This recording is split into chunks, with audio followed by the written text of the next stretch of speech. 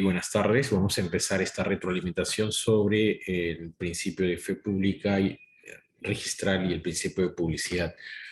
Vamos a empezar con Fiorella, por favor. Hola doctor, buenas noches y compañeros todos. Bien, en esta oportunidad tengo un pequeño comentario y a partir de ahí una pregunta. Si bien es cierto, durante el video se mencionó que el principio de fe pública registral, ¿no? Prácticamente no se aplica en el registro. Si esto se hace, solo se ve en casos excepcionales, ¿no? Ello dado pues que generalmente quienes lo aplican son los jueces, los tribunales con poder jurisdiccional. En ese sentido, la pregunta es la siguiente, doctor. ¿En qué casos, excepcionalmente, aplica el registrador el principio de fe pública registral? Y si usted, doctor, tuvo que hacerlo alguna vez.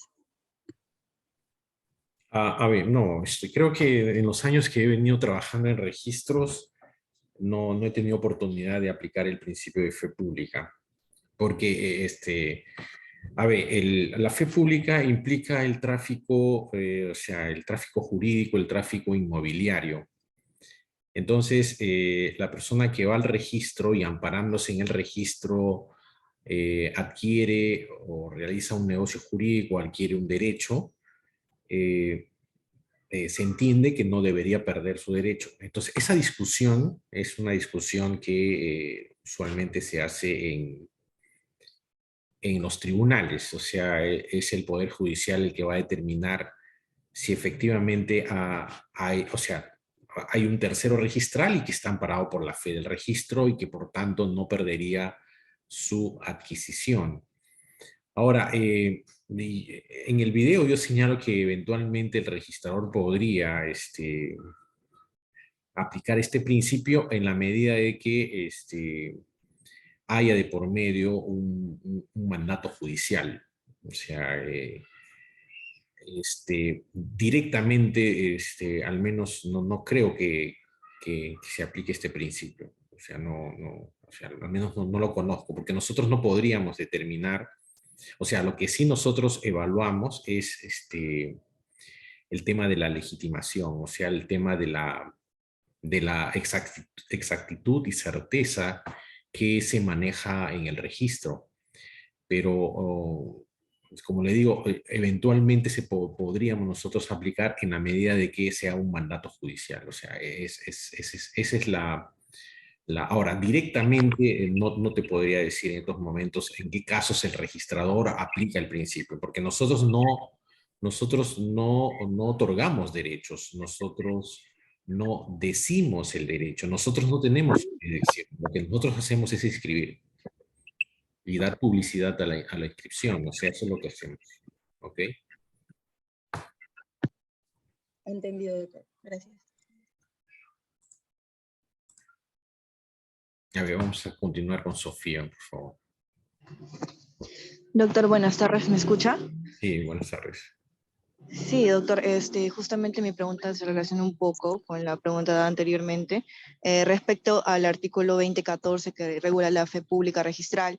Se ha mencionado durante el video que el artículo 2014 del Código Civil, a partir de su modificatoria, ha de una forma trastocado todo el sistema registral peruano, el cual requiere de una revisión integral, dado que hizo que tanto el registro o los registradores realicen de por sí un trabajo innecesario. Entonces, desde su perspectiva, ¿qué solución práctica podría plantear frente a la redacción justamente del artículo 2014? ¿Considera que la modificación implicó un avance o un retroceso? Para mí es un retroceso, porque habría que definir, aunque yo sé, he tenido oportunidad de hablar con colegas registradores, porque ¿qué sentido tiene hacer asientos registrales si lo que se va a proteger y lo que va a dar certeza es un título archivado? Entonces, hay otra gente que considera que no, o sea que igual tendríamos que seguir haciendo los asientos. O sea, a lo que voy es que cuando se va adquirir una propiedad, o sea, uno va a comprar una propiedad y necesita tener la certeza de que la persona que te está vendiendo la propiedad sea realmente el propietario o tenga las facultades para vender, o sea, sea el titular del derecho, no tiene sentido ahora, desde mi punto de vista, revisar asientos registrales. Claro, te puede servir como una guía, de hecho. O sea, en la partida, o sea, los asientos registrales en la partida determinan qué títulos se han inscrito. Lo que se hace actualmente es que no solamente hay que revisar las partidas, sino tenemos que ir por lo menos 10 o 15 años atrás y revisar todos los títulos archivados, de tal manera que se demuestre que uno ha actuado con la diligencia debida y ha actuado con buena fe para adquirir una cosa, para finalmente estar amparado por la buena fe. Entonces, eso desde mi punto está trastocado porque creo que lo más importante en nuestro sistema era, hasta hace poco, era el asiento registral.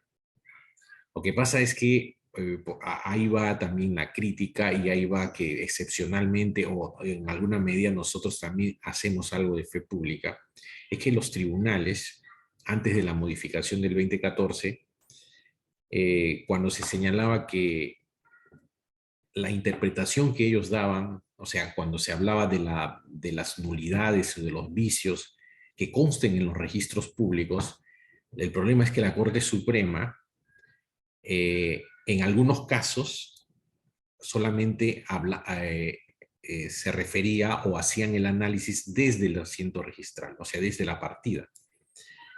Y esa misma sala, esa misma Corte Suprema, en otros casos, interpretaba registros públicos por todo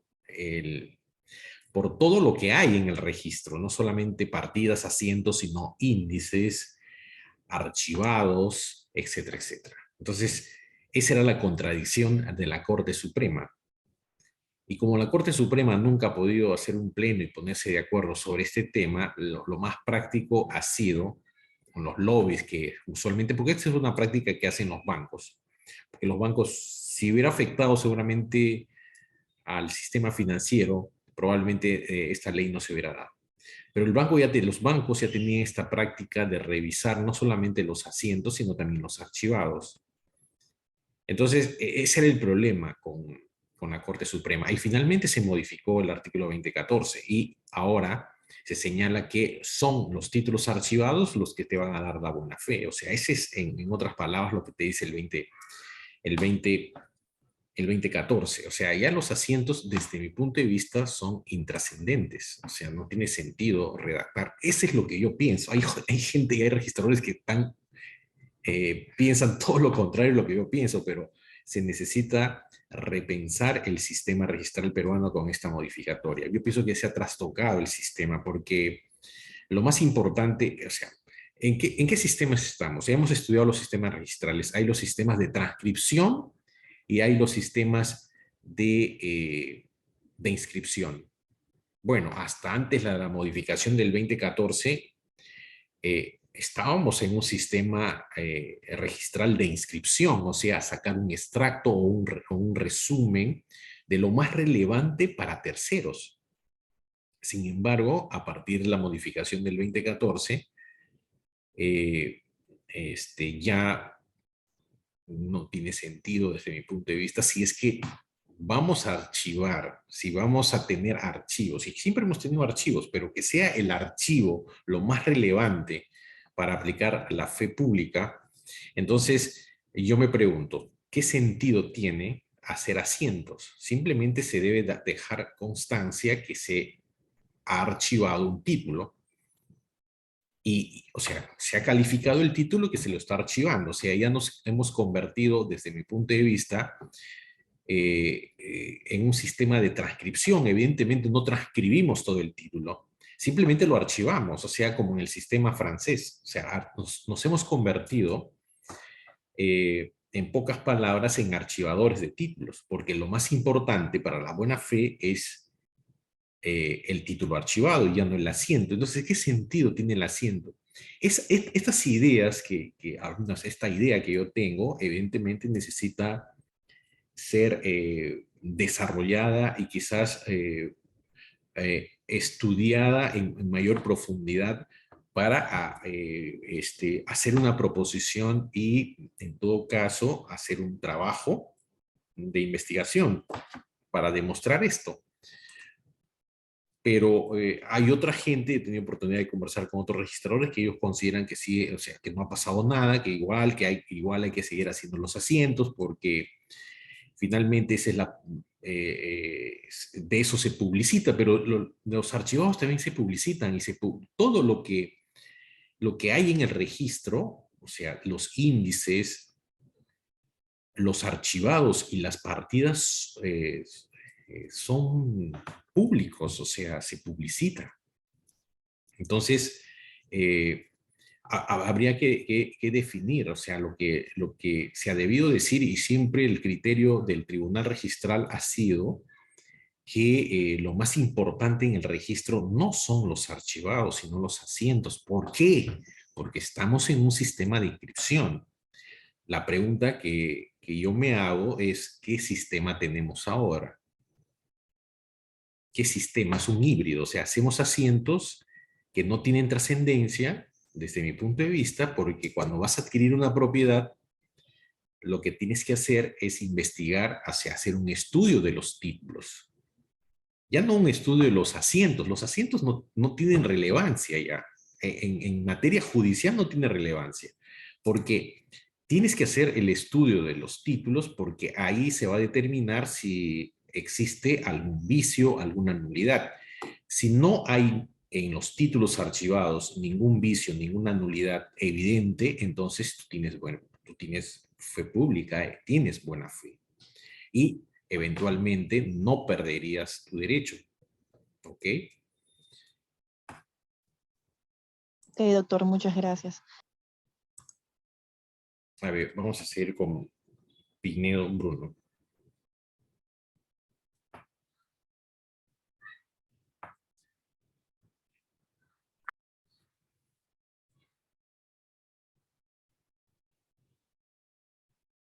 Pinedo. A ver, Sandali. Sí, doctor, buenas noches. ¿Me escucha, doctor? Sí, claro. Ya. Bueno, voy a hacer un pequeño comentario y tengo dos preguntas, doctor. La fe pública es la creencia que no existe vicios, ¿no? Y el fundamento es asegurar el tráfico jurídico patrimonial. Este principio es importante, puesto que garantiza el tráfico y la seguridad de las personas que van a realizar negocios al amparo, ¿no?, del registro. Pues lo que me dice el registro, yo confío en eso y a base de ello se realiza el negocio jurídico. Y también tiene que ver con la seguridad estática, es decir, con la legitimación, y va de la mano con la seguridad dinámica, que es la fe pública. Ahora mi pregunta es, creo que usted ya lo estaba mencionando con la primera pregunta que le hicieron, ¿no? Con respecto a la modificación de la 2014, ¿qué trajo consigo esa modificación? Si trajo...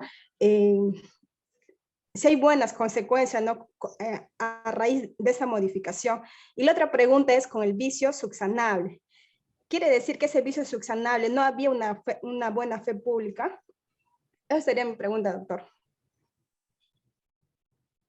O sea, ¿a qué te refieres de vicio subsanable? No entiendo, porque cuando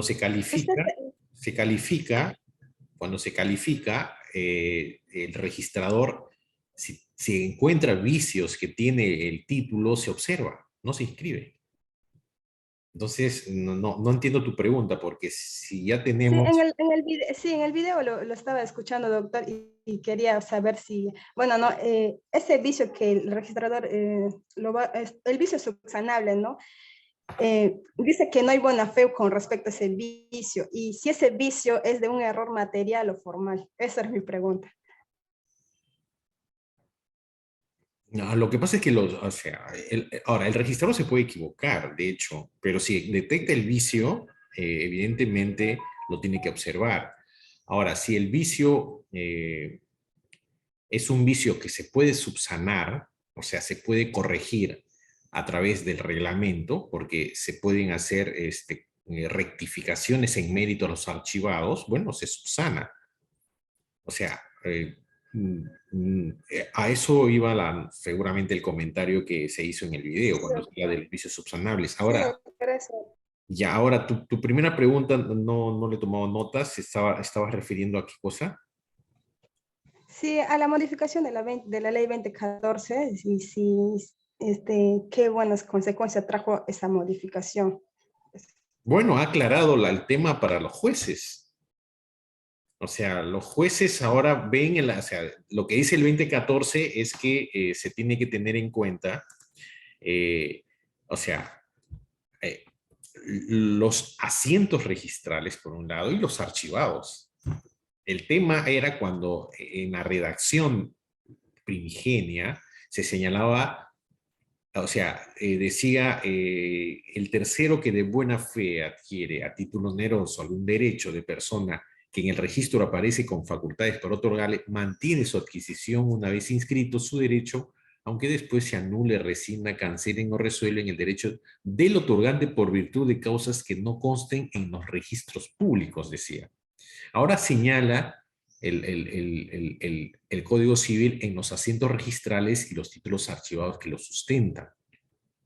O sea, esa es una aclaración exclusivamente que se ha hecho para los magistrados, porque los magistrados caprichosamente entendían cuando les convenía una cosa y cuando les convenía hacían otra cosa. O sea, como decía, registros públicos, bueno, hablaban en un momento, resolvían en función de los asientos y en otro momento resolvían en función de los archivados.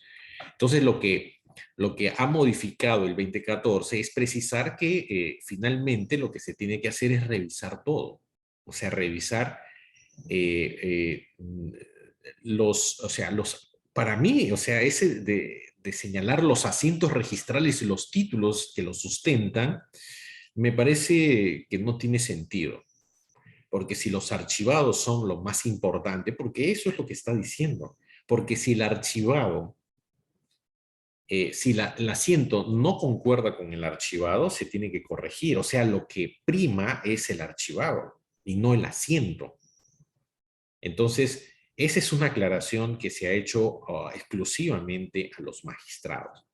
Ahora, o sea, como es una norma general, ha traído varias interpretaciones. La interpretación que yo hago es que ya no tiene sentido desde mi punto de vista los asientos registrales, porque los asientos responden a los archivados. Si hay una discordancia entre el asiento registral, que es un extracto, un resumen del archivado, y no se ha hecho bien los asientos, prima el archivado, y con el archivado se corrige siempre y cuando sea un vicio que se puede subsanar a través de una rectificación. Entonces, lo que hace el 2014, o sea, lo que ha hecho esta modificatoria simplemente es precisar o aclarar el trabajo de los magistrados que, como le digo, ha habido casaciones contradictorias, resoluciones contradictorias, no de cualquier tribunal, de la Corte Suprema, o sea, del máximo órgano jurisdiccional de la República. Y como había estos problemas y afectaba exclusivamente a los bancos, y como afectaba exclusivamente a los bancos, bueno, han hecho el lobby, junto con seguramente gente vinculada al registro, y modificaron el 2014. Porque esa modificación del 2014 no ha salido de la SUNAT. O sea, no creo que haya salido de la SUNAT. Ha salido de los propios abogados, de los congresistas que hacen lobbies a entidades financieras, a los bancos, para hacer esta precisión. Porque los afectados eran las entidades del sistema financiero por estas dos interpretaciones que hacía la Corte Suprema con respecto al término registros públicos. Entonces, ¿qué se ha corregido del 2014? Ya no se habla de registros públicos, sino de la adquisición, o sea, inscrita tiene que hacerse en función, o sea, que no haya una cuestión de alguna nulidad que conste en los asientos registrales y en los archivados. Eso es lo que ha precisado, porque se entendía mal el concepto de registros públicos. Si uno compara con el reglamento general habla o hablaba de los asientos, solamente de los asientos registrales y no de los archivados. Porque, como les decía al comienzo, creo que en la primera pregunta, nosotros estamos en un sistema de inscripción, pero si tenemos el archivado, o sea, en España, una vez inscrito el título, se devuelve el título al interesado y lo que quedan son los asientos. Pero como nosotros hemos querido tener también algo de los franceses, porque ese es el problema de hacer copias de sistemas o de normas, hemos querido parecernos también un poco a los franceses. Entonces, hacemos asientos y archivamos. ¿Ok? En el sistema francés no hay asiento, simplemente hay transcripción, que viene a ser la copia fiel del título que se presenta para hacer la inscripción registral. Bien, vamos a continuar. A ver, Vargas. Sí, buenas noches, doctor. Buenas noches, compañeros. En esta oportunidad me gustaría hacer un breve comentario respecto al principio de fe pública registral. En el video, usted, doctor, nos ha señalado de forma clara y precisa, a través de sus ejemplos, pues, que el tercer adquirente pues, goza de cierta protección jurídica y puede conservar el bien que se le ha otorgado si demuestra el elemento subjetivo de buena fe, ¿no? Respecto a este elemento, indagando un poco más al respecto, el autor Gunther González Barrón, en su libro de Principio de Fe Pública Registral, pues señala que este elemento subjetivo de buena fe es una noción bastante discutida, ¿no? Pues la interrogante que suele plantearse es si se trata de un concepto de conocimiento o más bien de voluntad, ¿no? Es decir, si se actúa por mero desconocimiento de la realidad o adicionalmente pues se requiere la voluntad dirigida a indagar diligentemente esa realidad, ¿no? Este autor pues menciona que la buena fe más débil es precisamente la que presenta este carácter cognoscitivo, ¿no? Pues se configura con la simple ignorancia, incluso por error o culpa de inexactitud del registro, ¿no? Por tanto, la buena fe pues simplemente es un estado psicológico que se conserva mientras no se pruebe que el tercero conocía la inexactitud del registro. Pero hay otro criterio, ¿no? Hay otra tesis que él señala y es respecto a la buena fe diligencia, ¿no? Por el cual se exige al tercero una conducta diligente al momento de la adquisición, ¿no? Por lo que se imponen deberes elementales de verificación e información.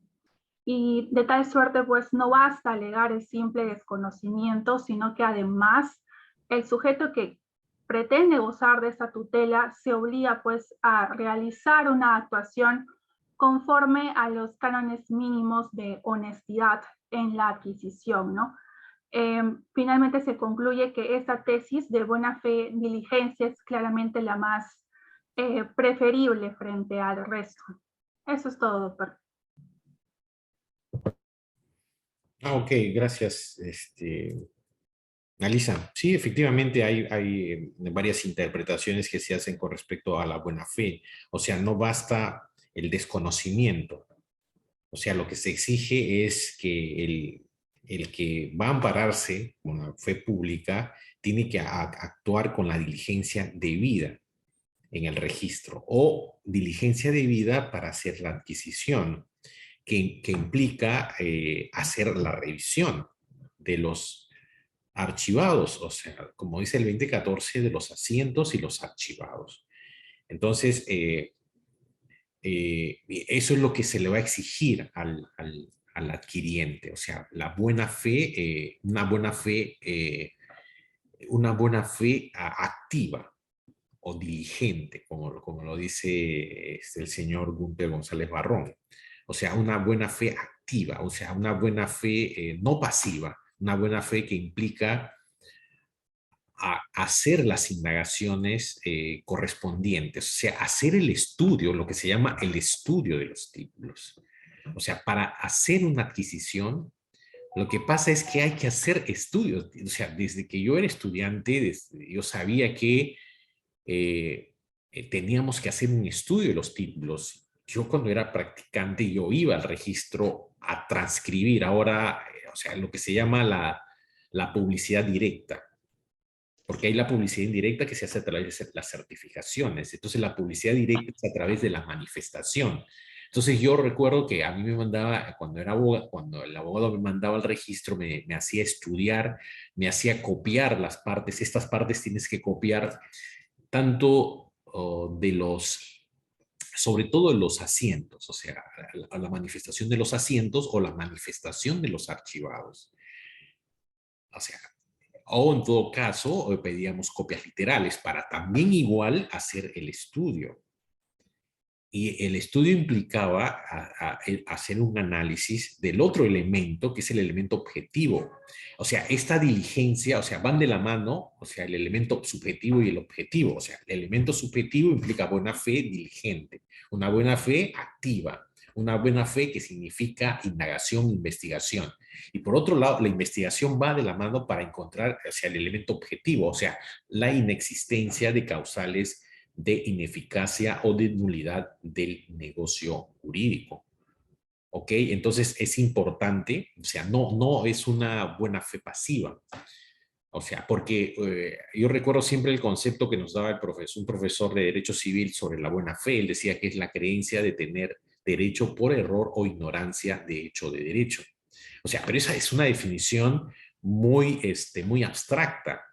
O sea, la buena fe, al menos desde el punto de vista de la fe registral, implica diligencia, implica hacer el estudio de títulos y los abogados, sobre todo los que se dedican a cuestiones inmobiliarias, tienen que ser diligentes, es decir, y tienen que conocer el registro para hacer estos estudios de tal manera que hagan una buena asesoría y le digan al cliente si este es un predio sin problemas, o decirle, sí, este es un predio con problemas, usted puede comprar, pero hay estas consecuencias. O en todo caso, usted debe negociar bien.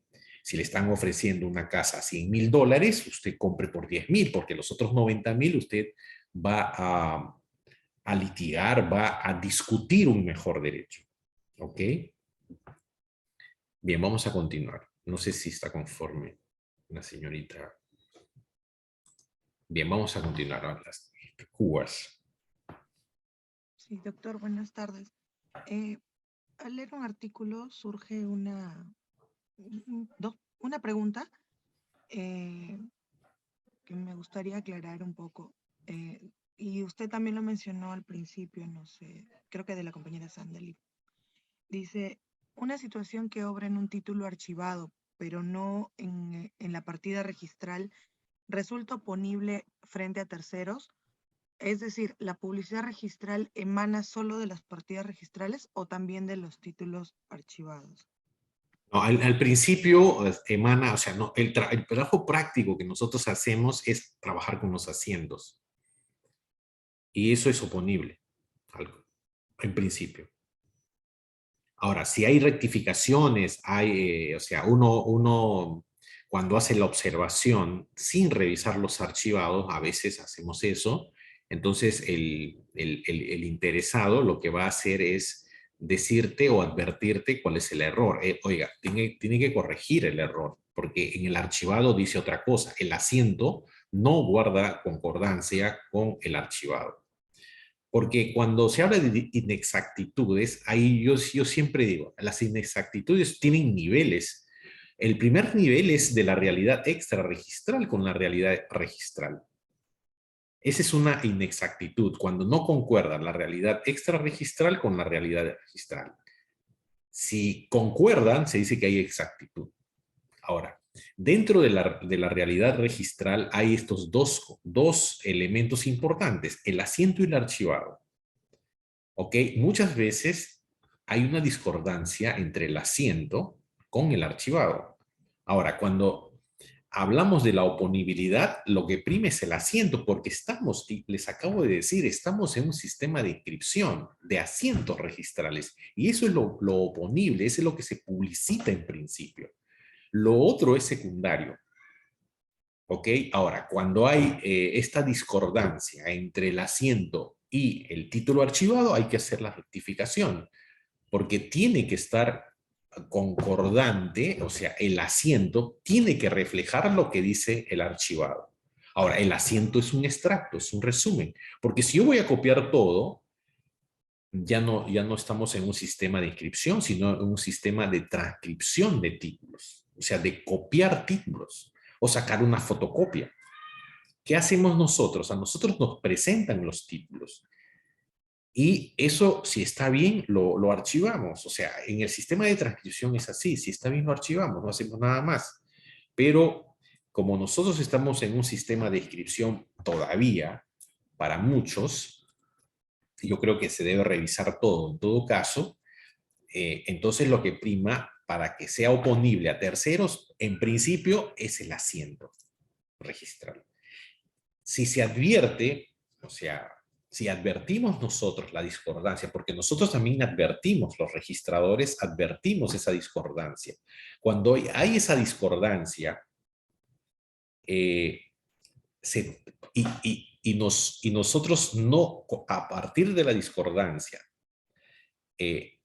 resulta que es una calificación negativa, vamos a tener que rectificar para hacer esa observación. La observación implica que el título no es un título perfecto, es un título que tiene un defecto, que puede ser subsanable o insubsanable. Entonces, eso es importante tener en cuenta, al menos en esta parte, ¿ok? Sí, doctor, gracias. Muchas gracias. Ok, a ver, vamos con Luzmila. A ver, Luzmila. Sí, doctor, buenas tardes. En un principio tenía una pregunta que mis compañeros ya lo hicieron, pero voy a hacer otra, ya sobre la fe pública registral. Mi pregunta va enfocado a que, por ejemplo, ¿no? Si un propietario de un inmueble es víctima de falsificación de documentos y de identidad, ya, y su predio es vendido a una tercera persona, por el principio de fe pública registral, este tercero es protegido también de la misma forma. No, bueno, eso se ha morigerado, o sea, ya no es así. Ahora se protege al verdadero propietario. Si en el caso de suplantaciones o de falsificaciones, no hay buena fe. O sea, los tribunales ahora no están amparando. Porque se ha corregido, porque si nosotros leemos bien en lo que dice el 2014, dice que hay, o sea, el tercero que de buena fe adquiere a título oneroso algún derecho, ¿no? O sea, de persona que tiene facultades, o sea, del titular, en otras palabras, dice, mantiene su adquisición una vez inscrito su derecho, aunque después habla, el Código Civil habla, anule. No hay que confundir la anulabilidad con la nulidad. Y ustedes han sido mis alumnos de acto jurídico. Si no recuerdan eso, bueno, lo pueden repasar. Una cosa es la nulidad y otra cosa es la anulabilidad. Entonces, ¿qué dice el código?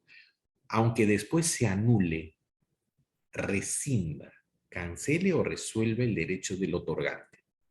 No dice, o sea, si se trata de un vicio, que sea que el negocio haya nacido muerto, o sea, haya un vicio de nulidad, entonces, en este caso, falsificación, suplantación, y el tercero, que a pesar de tener la diligencia debida, tenga todos los requisitos, pero no encaja dentro de estos supuestos de anulación, rescisión, cancelación o resolución, va a perder su derecho.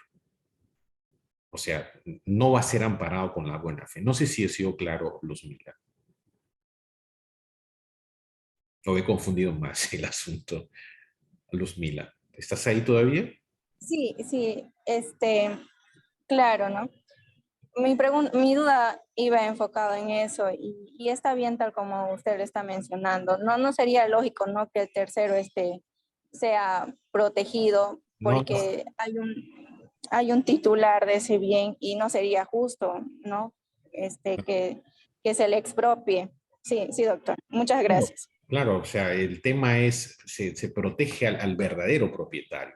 Lo que pasa es que se ha estado interpretando, o sea, a partir de los estudios de muchos civilistas, se ha corregido la mala interpretación porque uno puede hacer interpretaciones que no sean correctas o interpretaciones, yo digo, débiles.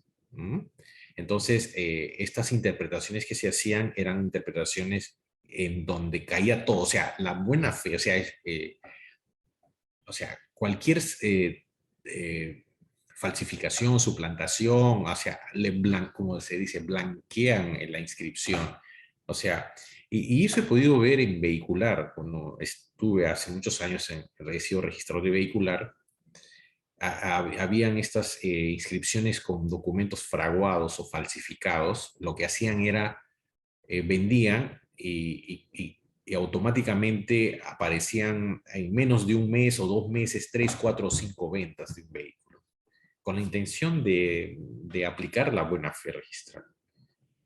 Entonces, eso al menos desde la interpretación que se ha hecho de este artículo 2014, los tribunales no amparan si se prueba de que el titular del derecho inscrito ha sido suplantado o le han falsificado firmas o han falsificado documentos para que pierda su propiedad.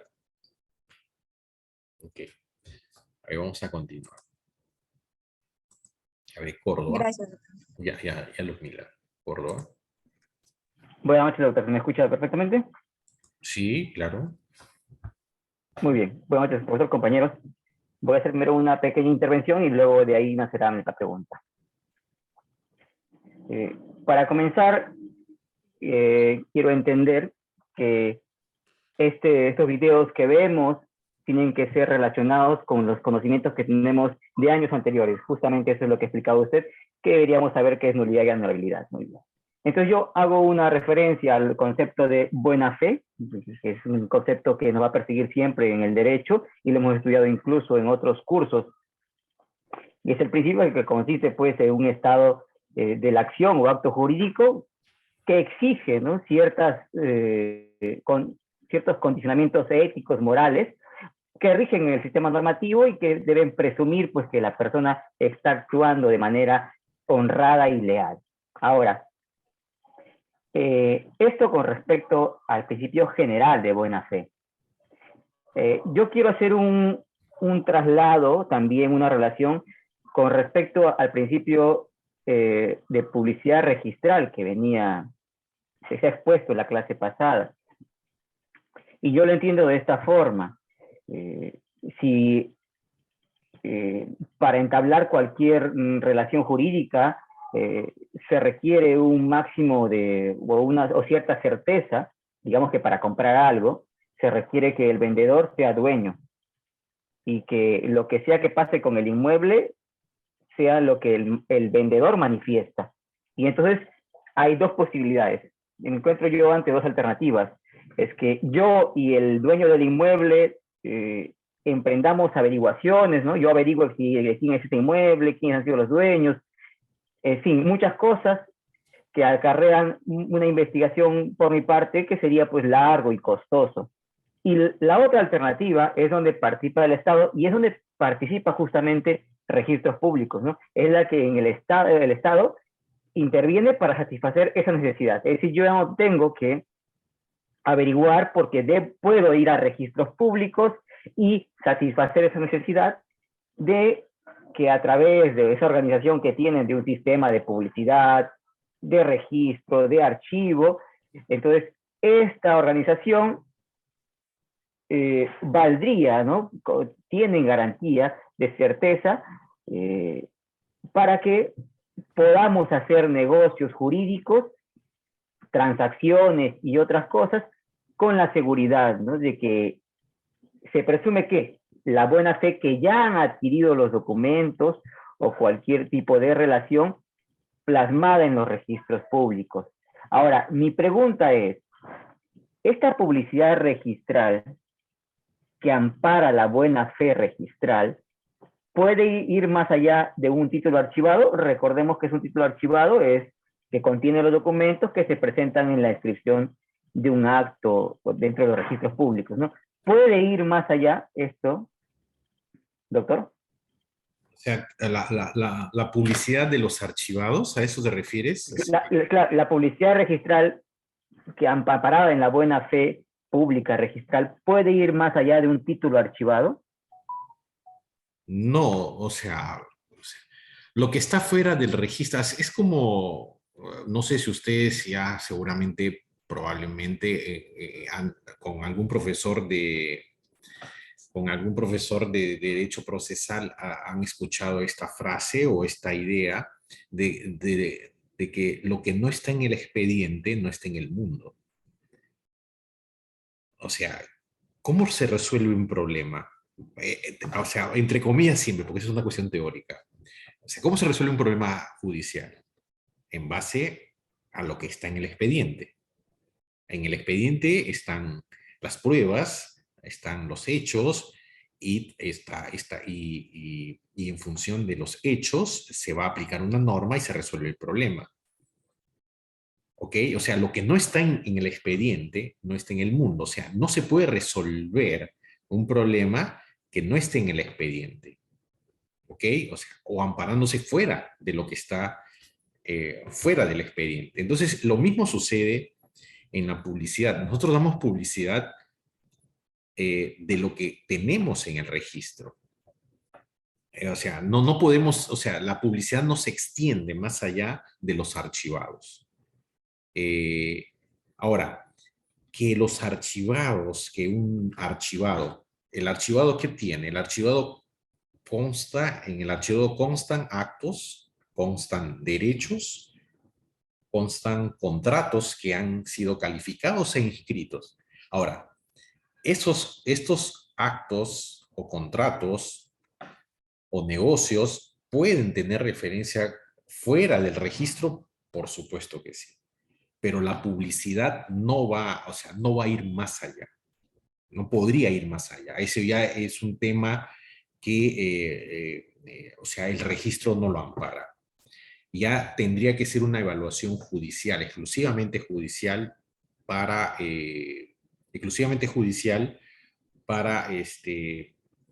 amparar o en todo caso resolver en función de las conexiones que pueda tener una inscripción registral y que se amparen los archivados con otros negocios jurídicos que guardan relación con el negocio inscrito. No sé si me he dejado entender, Jaime.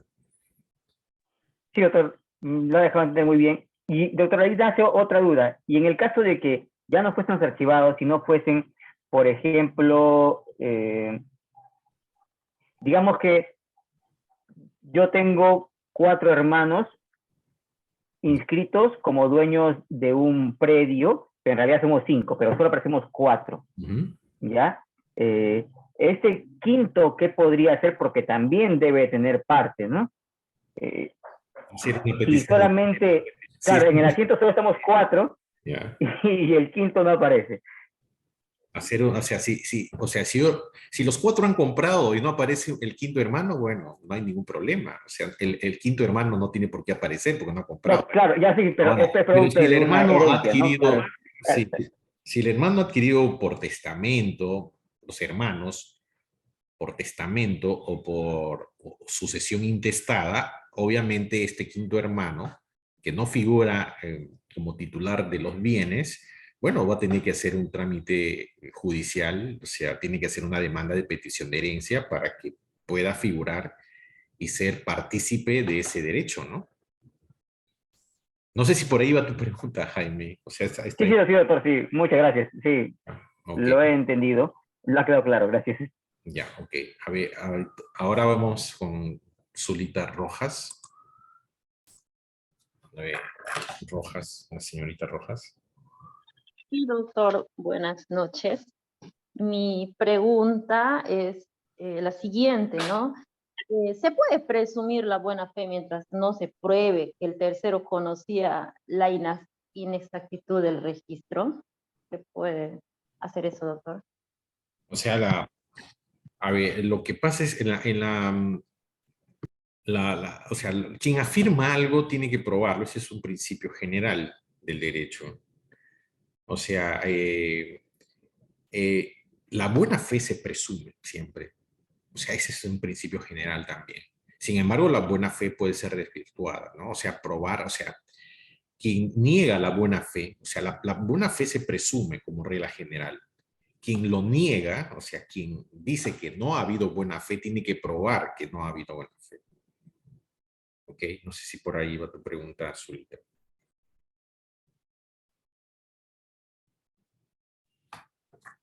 Sí, doctor. Muchas gracias. A ver, vamos a seguir con Bruno. Bruno Pinedo. Sí, doctor, no sé si ahora sí se me llegué a escuchar. Claro. Ya, perfecto, doctor. Primero voy a empezar con un pequeño comentario y posteriormente voy a continuar con una pregunta. Como ya se ha estado conversando en distintas clases y también el día de hoy los compañeros que me han antecedido lo han mencionado, tenemos que este principio de fe pública registral pues garantiza lo que es la seguridad dinámica, ¿no? Entendida como aquel que celebra un negocio jurídico al amparo de la información obtenida en los registros, obtiene esta protección especial, ¿no? Brinda este aseguramiento del tráfico jurídico e inmobiliario, entendiéndose también que dicha información proporcionada por el registro goza de legitimación, en tanto esta se presume exacta, se presume completa, se presume válida.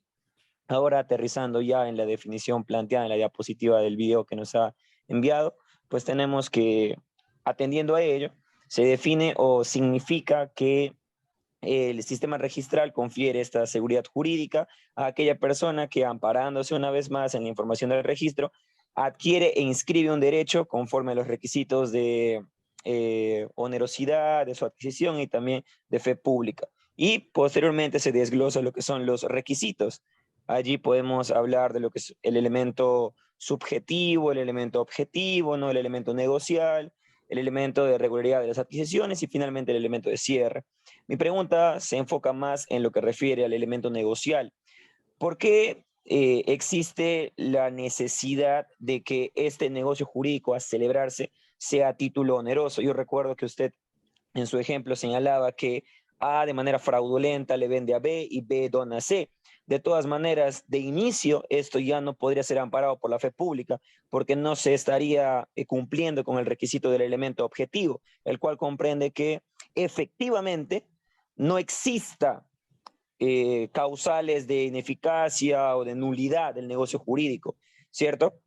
Ahora, mi pregunta se enfoca en eso, doctor. ¿Por qué la necesidad de que el negocio jurídico a celebrarse tenga que ser a título oneroso? ¿Y qué pasaría en el supuesto de que se cumpla tanto con el elemento objetivo y con el elemento subjetivo? Es decir, que en primer lugar exista realmente ese desconocimiento, ¿no? Que implica o comprende la buena fe, y también que efectivamente no exista o no concurra causales de nulidad, de ineficacia, pero sí se realice finalmente una transferencia a través de una donación de la propiedad.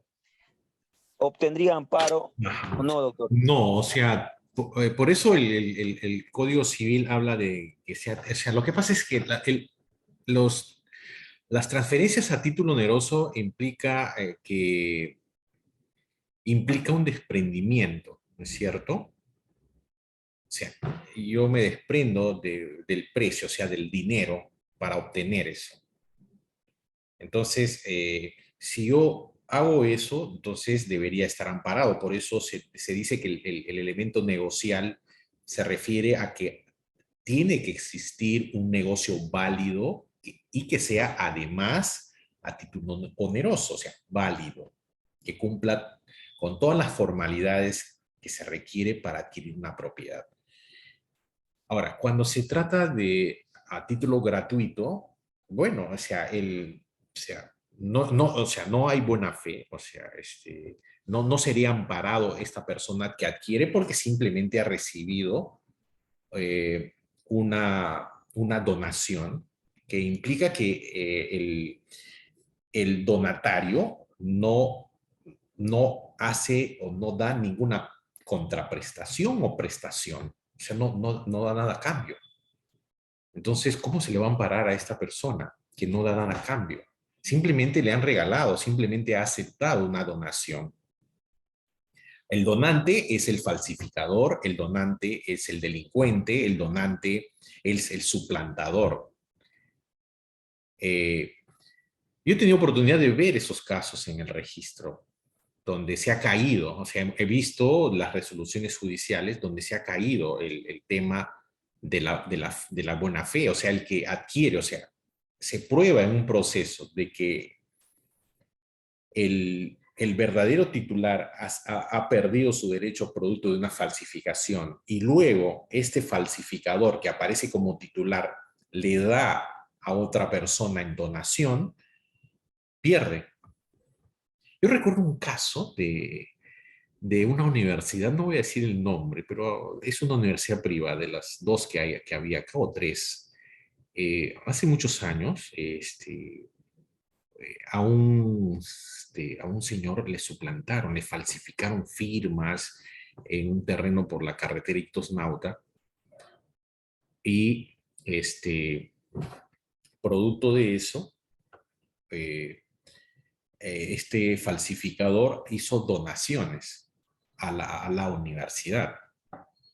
Y la universidad, cuando entró, porque era un litis consorte, o sea,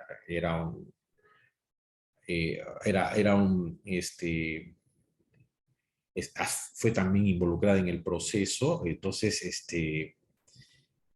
finalmente se probó de que había habido falsificación del titular primigenio a favor de una persona, o sea, supuestamente esta persona era un falsificador y este falsificador donó a la universidad ese terreno.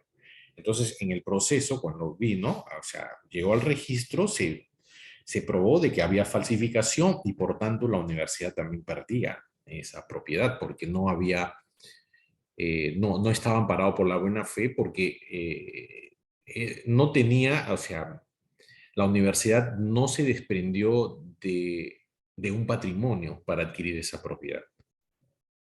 No sé si por ahí va tu pregunta, Bruno. Sí, doctor. Ya me ha quedado mucho más claro la pregunta. Gracias. Ya, ok. Bien, vamos a continuar entonces. A ver, Gustavo. Doctor, muy buenas noches. Está entrecortado. ¿Se me escucha? No, yo no te escucho.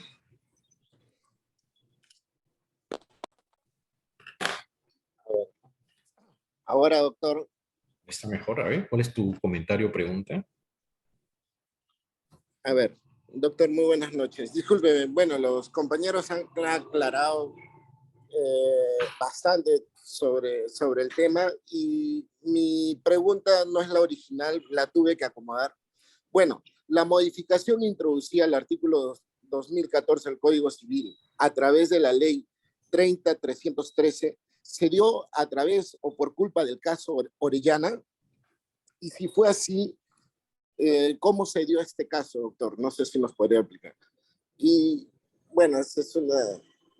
Sí, sí, efectivamente, o sea, a partir del caso Orellana, se hacen estas modificaciones al código, al Código Civil y también al reglamento general. O sea, en clase, o sea, al menos teóricamente yo les he dicho y les he manifestado que el principio de legitimación o los asientos registrales en virtud de la legitimación significa que están amparados por los tribunales. Esta ley lo que hace es una excepción en donde se pueden cancelar asientos en base a una resolución jefatural, en unas indagaciones cuando el propio funcionario, o sea, el notario, el notario, el fiscal, el juez o cualquier funcionario advierte que ha sido falsificado, él puede pedir que se cancele esa inscripción en base a que él señale de que esa documentación que se ha presentado al registro es una documentación falsa, ¿ok? O ha habido suplantación. Esa es una excepción. Entonces, eso se dio justamente por este famoso caso Orellana, que era una organización criminal. Incluso, lamentablemente, un superintendente y varios funcionarios y un registrador público pararon en la cárcel porque o sea, se dieron normas para facilitar estos fraudes inmobiliarios. Entonces se prestó la superintendencia a través de estos funcionarios, malos funcionarios, porque no, siempre el problema es de personas, no de instituciones, y a veces se confunde la cosa. Entonces, y estas personas finalmente fueron a parar en la cárcel, ¿no? Entonces, justamente estas modificaciones a la ley y al reglamento se hicieron por estos casos que fue muy mediático en la televisión, y a partir de ahí se han hecho estas modificaciones. Bien. A ver, Pérez. A ver, la señorita Pérez. Sí, doctor, buenas noches. Buenas noches. Doctor, siguiendo la pregunta que le había hecho mi compañera Luzmila sobre la buena fe registral, era, por ejemplo, en el caso, ¿no?, de que el propietario original haya sido víctima de falsificación de documentos y suplantación de identidad. Hacía referencia usted de que en este caso, por más que el tercero haya tenido buena fe, lo que se hacía era restituir el bien, ¿no?, al propietario original, ¿verdad? Sí. Entonces, sin embargo, doctor, nosotros, bueno, me quedo pensando con esa pregunta, ¿no? Entonces, yo considero, por ejemplo, que tanto el propietario, ¿no?, como el tercero de buena fe, ¿no?, que cumple todos los requisitos para que haya adquirido el bien con buena fe, ambos, ¿no?, yo lo veo como que son víctimas, ¿no?, de este fraude, ¿no? Ambos se encuentran, por ejemplo, en la misma posición valorativa, ¿no? Por lo que considero, doctor, que resulta pues un poco contradictorio también que se perjudique en este caso al tercero de buena fe, ¿no? Entonces, porque ambos pues confiaron o porque ese tercero de buena fe ha confiado en lo que realmente estaba, estaba en los registros, ¿no? Entonces, en este caso, doctor, no cree, por ejemplo, en este caso, cómo debiera de repente no verse perjudicado este tercero de buena fe. ¿Es el Estado quien responde, quien indemniza por un error al momento de inscribirse documentos falsificados? Esa es mi pregunta, doctor. Si se prueba, si se prueba de que ha habido un error registral, o sea, bueno, se tiene que indemnizar. Pero si, o sea, si es que los vicios consten en el archivado y no están en el asiento, o sea, pero si porque hay vicios de nulidad y anulabilidad o de cualquier anomalía que pueda llevar a la nulidad de un negocio jurídico, cualquiera de estas situaciones hacen que o sea, el registro, o sea, cualquiera de estas situaciones hace que el registro no, el registro no, o sea, no haga bien su trabajo. Si no hace, o sea, a veces los vicios no son detectados porque simplemente no están manifestados en los documentos, en los instrumentos que se presentan. Entonces, cuando se da esta situación, ahí no hay un error registral. Entonces, el registro no tendría responsabilidad.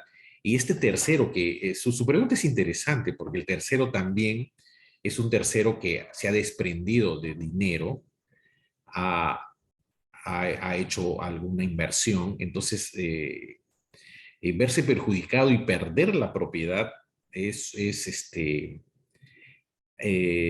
debilita, o sea, todos estos temas realmente debilitan al sistema registral en general. Porque imagínense, yo he sido diligente, he hecho todo y no constan los vicios en el registro. O sea, en el registro no hay nada, o sea, no hay vicios, pero sí luego se prueba de que ha habido una suplantación, ha habido una falsificación de documentos y que no ha sido detectado por nadie. Porque a veces las falsificaciones se dan en las propias notarías, las suplantaciones. No lo hace el notario, evidentemente. Siempre hay malos funcionarios, malos trabajadores que hay en las notarías. Entonces, cuando se da esta situación, o sea, el sistema registral se debilita, o sea, porque finalmente ya fuera del registro en el ámbito se va a preferir por un tema de justicia, porque cuando hay un conflicto entre el derecho y la justicia hay que preferir la justicia, dice Couture en sus mandamientos del abogado. Entonces, si hay un conflicto entre la justicia y el derecho, hay que preferir la justicia. Entonces, lo más justo es proteger al verdadero propietario. Esta persona que ha actuado diligentemente, que ha hecho una inversión, se le va a tener que indemnizar. O sea, en este caso la indemnización va a nacer producto de, de la persona que ha hecho la falsificación. Claro, a veces no se recupera eso. No se recupera, eso es lo real también.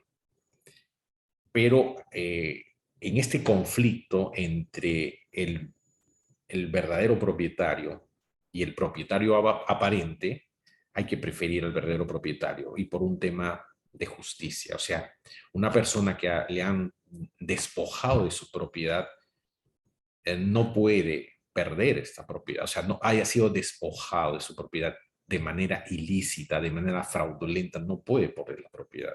O sea, en eso sí, yo lo entiendo bien y soy claro en eso. Hay que proteger al verdadero propietario. Ahora, esta persona que también está involucrada en el problema y que va a salir perjudicada y que va a perder la titularidad y va a perder la propiedad, bueno, va a tener que ser indemnizada por las personas que han cometido el fraude. Si el error ha nacido del registro, entonces el registro lo va a tener que indemnizar. O sea, eso es lo que se debería hacer, señorita Pérez. No sé si está conforme. Sí, doctor. Gracias. Ok, bien. Bien, no nos ha ganado el tiempo, son 6 minutos para las 7. Lo que voy a hacer ahora es, primero agradecerles por el seminario y vamos a dar por concluida la clase. Entonces voy a dejar de grabar para pasar la lista de asistencia, ¿ok?